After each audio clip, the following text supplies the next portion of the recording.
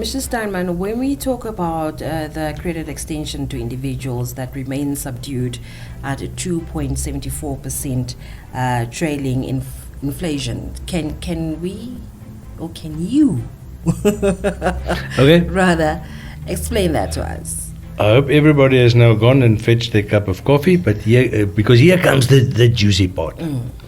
If you look at the statistics that I printed out for you, you will see IJG also observes that roughly 70% of the growth comes from companies. It's the commercial sector. That is a good sign. Remember, we said in the beginning the growth was 5.88% for July and for June, and we called it steady, but growing from where we were at the beginning of the year and where we were for the whole 2023 and 2024. Now, here's the snack. If you look at the part that is contributed by private households, you would see it is negligible. And what's very important to remember is that the biggest asset for most families, and if I say most families, I'm not exaggerating, because the few families that can afford the $1 million car are very, very, very, very few. So few that you can actually point them out. There's a fancy car, there's a fancy car, there's a fancy car. The rest of us have to do with $150,000 to $200,000 car if we can afford it. You know, if you are like me, you go and buy it for $80,000 second hand, 10 years old, with 150,000 kilometers on the clock. That's the reality. You know, so the biggest asset for most families is their house. They bought their house for anything between, let's say, 800,000 to 1.2 million if it is a family at the beginning of their cycle.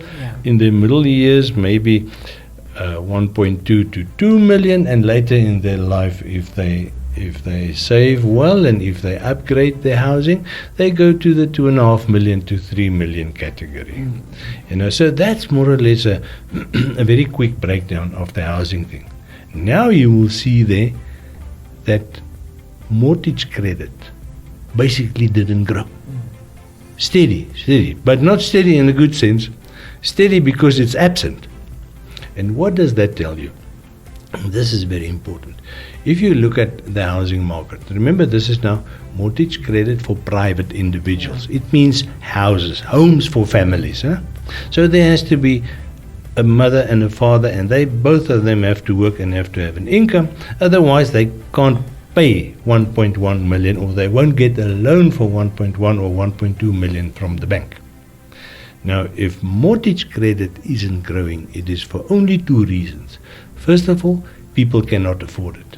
So whether it's the interest rate or whether it's the income, whatever, for reasons that that family knows personally, and only they know, they are not prepared to make that commitment. They don't have that money, or they don't have access to that money, cannot afford. Very simple.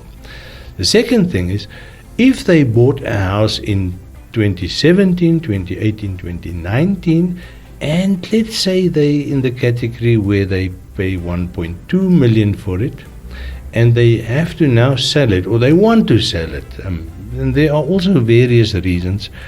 Changes in circumstances, changes in lifestyle. Either the husband or the wife gets transferred to a different town. They have to go live in Oshakati or Walfish Bay or Keetmanshoop, if they work for one of the big companies or for the banks. Now they have to sell their house in Windhoek, and they put that house on the market. But remember, the loan at the bank is 1.2 million. And they can't get 1 million for their house. Now they sit with a problem. If they are what the US market was in 2008, when homeowners were referred to, so-called, as underwater. The commitment or the value of the loan, the mortgage that they have to service, is bigger than what the market is prepared to pay now. That is a real problem. especially if you have to sell your house for whatever reason, and because if you paid 1.2 million and you now get 1 million, you're still liable for 200,000 at the bank. That doesn't go away. It is still very much part of your financial commitment. The moment that you, let's say your company transferred you to a job in Walfish Bay. Now you're forced to sell for 1 million a year. There in Walfish Bay, houses are cheaper, but you still will pay 800,000 for a similar house. Now add the 200,000 that you underwater.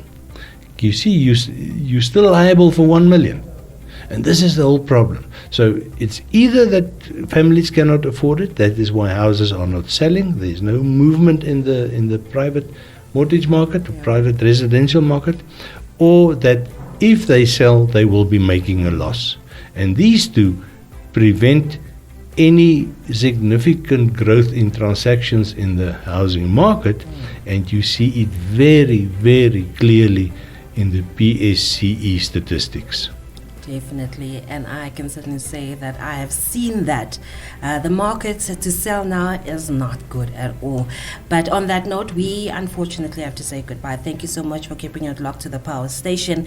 And if you want to listen to previous talks, you can go to economist.com.na. From me, Elsa Binyani, and from the team, as well as Mr. Daniel Steinman, we say goodbye.